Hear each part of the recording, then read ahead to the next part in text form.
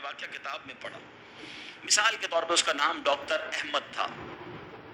ساری زندگی اس نے بڑے آپریشن کیے, اس کا بڑا نام تھا.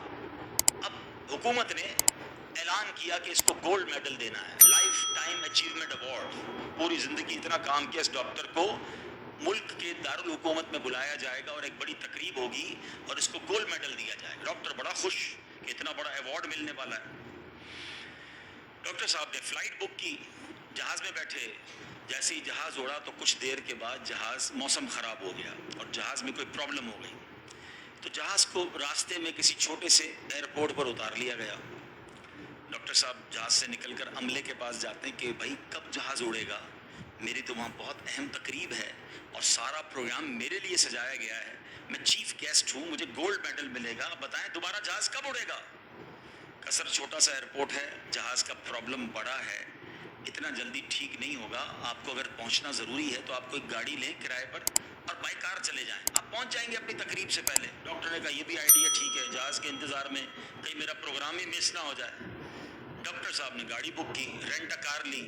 جیسے ہی راستے میں گئے تو زبردست بارش, آندھی طوفان. اس اندھیرے میں, اس آندھی طوفان میں ڈاکٹر صاحب راستہ بھول گئے اور کسی مین ہائی وے سے نکل کر گاؤں کے روڈ پہ چڑھ گئے. بہت دیر تک راستے میں, اب بھوک بھی لگ رہی, کھانا بھی نہیں کھایا, اندھیرا خوب, بارش ہو رہی ہے. اچانک ایک چھوٹا سا گاؤں میں گھر نظر آیا جس میں ایک بلب جل رہا تھا. ڈاکٹر صاحب نے کہا اب تو حالت ایسی ہو گئی, دروازہ کھٹکھٹایا. ایک بوڑھی عورت نے دروازہ کھولا. کب ماں جی کچھ کھانے پینے کو ملے گا, بہت بارش ہو رہی. کہا بیٹا اندر آ جاؤ.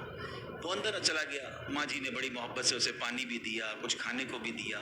تھوڑی سانس میں آئی تو ڈاکٹر نے دیکھا کہ برابر میں بستر پر ایک نوجوان لیٹا ہوا تھا. کہا ماں جی یہ کون ہے؟ کہا بیٹا میرا بیٹا ہے. کیا ہو گیا ایسے؟ کہا اس کو بہت بڑی بیماری ہے. ماں جی علاج کیوں نہیں کرواتی؟ ماں جی کہتی میں نے گاؤں کے ڈاکٹر کو دکھایا ہے. ڈاکٹر کہتے ہیں ہمارے وطن میں ایک ہی ڈاکٹر ہے جس کا نام ڈاکٹر احمد ہے, وہی اس کا علاج کر سکتا ہے.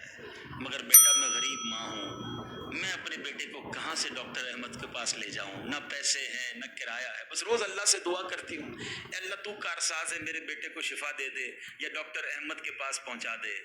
ڈاکٹر احمد رونے لگا. کہتا ہے ماں جی میں ہی ڈاکٹر احمد ہوں اور اللہ نے مجھے تیرے گھر پہ بھیج دیا ہے.